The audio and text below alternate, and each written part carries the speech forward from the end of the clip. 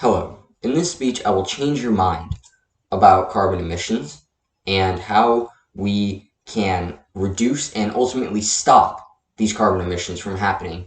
And the first step to that is through dropping oil subsidies. And what I am saying is we will not drop oil subsidies immediately. We will initiate a carbon tax for the time being, which natural gas being exempt from this, and other fossil fuels having a tax of $100 per ton of carbon emissions to encourage companies to use natural gas within the United States instead of other fuels.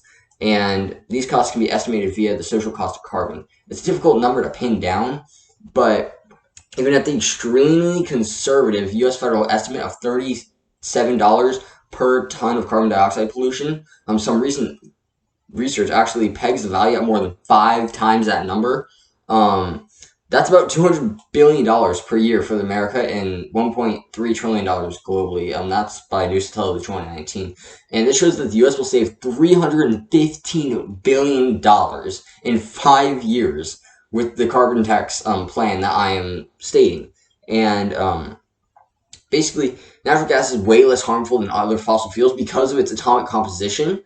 And while we are not slowly weaning the subsidies now, we will have incentives for natural gas, such as like tax reductions, and natural gas will help be the bridge fuel to a cleaner, brighter, greener future.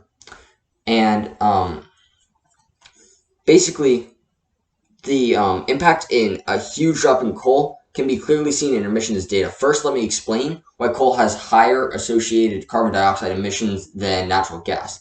Fossil fuels contain 2 different elements that produce energy: carbon and hydrogen.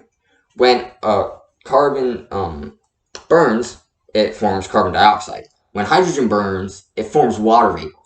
And coal has a much higher concentration of carbon, whereas natural gas has much more hydrogen than carbon. Thus, when natural gas is burned, it produces relatively fewer carbon dioxide emissions. According to the BP Statistical Review of World Energy, the U.S. has reduced carbon dioxide emissions by 639 million metric tons per year since 2000. And this leads to all countries by far in reducing carbon dioxide emissions. Far behind in second place was the UK, where emissions dropped by 165 million metric tons per year.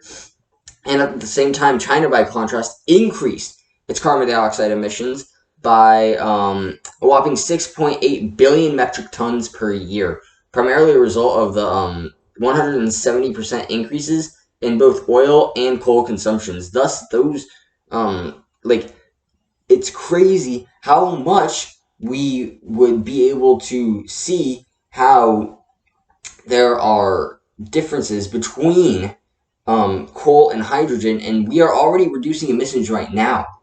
And what will happen is natural gas will be that bridge fuel between everything and anything that we have to have right now. And it will help us become a brighter, greener future, if we're being completely honest. And another reason, not just financial incentives, to actually do this plan is that, according to Bailey in 2019, we'll be in a climate apocalypse by 2050 at the rate of global temperature increase that we are currently at.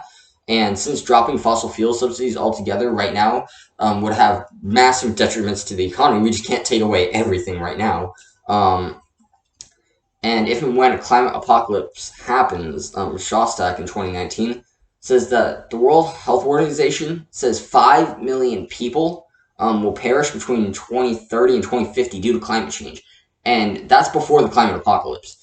Bailey 19 also says that the world population will be at 1.5 billion by 2100, and this is based on a Stanford biologist, Paul Ehrlich, in 1968. And basically, the only way to stop this is to help do this, help initiate this carbon tax. And that is what I'm asking you for you today. If we do not go with this plan, because of the evidence that I've given you, we lose 9.7 billion lives overall by 2100. Since the projection population at 2100 is 11.2 billion, without factoring in the climate apocalypse, and that's by the UN Department of Economic and Social Affairs in 2017.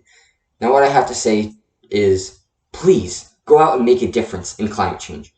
I gave you a carbon tax that we could use. I gave you reasons, financial incentives, why this carbon tax is better. I gave you reasons why it's cleaner, and I gave you people reasons why it's better.